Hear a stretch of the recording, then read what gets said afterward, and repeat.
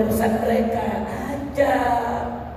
Ajak maksudnya ajak musyawarah. Jangan seenaknya bikin aturan, jangan seenaknya saudara bikin undang-undang tanpa memperhatikan aspirasi rakyat. Allah yang suruh wasabir khulful amri, ajak mereka musyawarah, ajak. Jadi pemimpin zaman sekarang kalau mencontoh Nabi dan memang mereka wajib untuk mencontoh Nabi, ajak musyawarah rakyatnya. Ada jawab Habib, tapi kan ada DPR. Ya, pemerintah musyawarahnya sama DPR, betul, itu sudah bagus, saudara. Dengan perwakilan, tapi anggota DPR-nya harus turun, tanya langsung di daerah pemilihan masing-masing, apa aspirasi mereka, apa keluhan mereka, sudah ditampung di gedung parlemen sana, sampaikan kepada pejabat, nggak boleh takut untuk menyampaikannya, betul?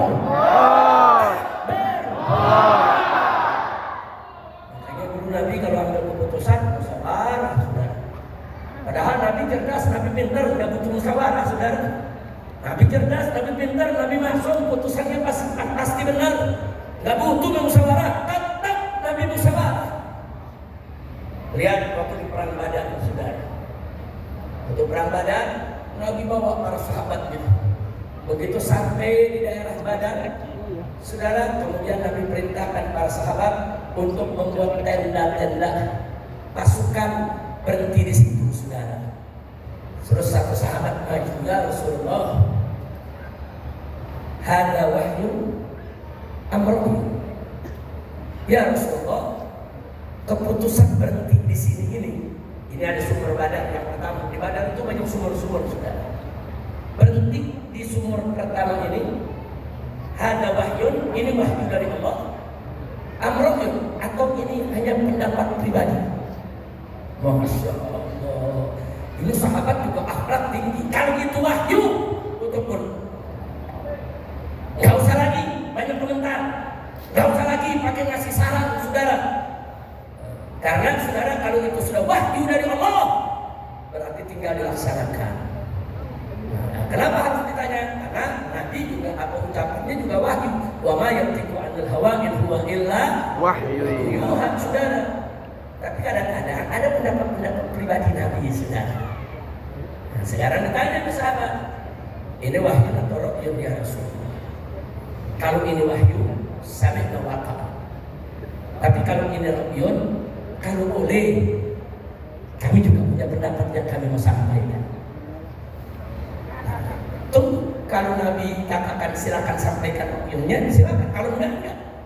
Berarti itu juga sudah putusan Nabi, saudara. Ternyata Nabi mengatakannya, ini hanya pendapat pribadi aja. Coba kau punya pendapat apa?